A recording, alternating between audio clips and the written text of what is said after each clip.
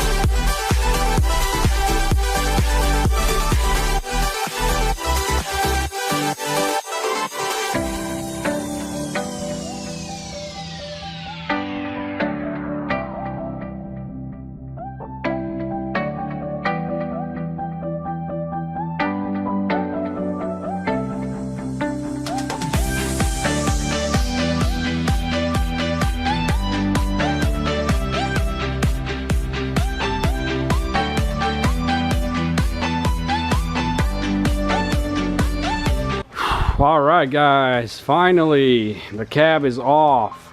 That was my goal in this video, and I reached my goal. This is awesome. So here's the old cab. We put it sideways and the new cab right beside it. So in the next video, I'll just be swapping pretty much everything out. Hopefully it doesn't take me too long, and I'll just throw that cab on the actual frame, and we'll just go from there, and hopefully this thing will be done soon. Alrighty guys, that's gonna be it for today's video. We got a whole lot of progress done today. If you're new to the channel, be sure to hit that subscribe button, and also like my videos, share them with your friends, and follow me on Instagram at Rebuild with Nick. Thank you guys for watching. I'll see you guys in the next video.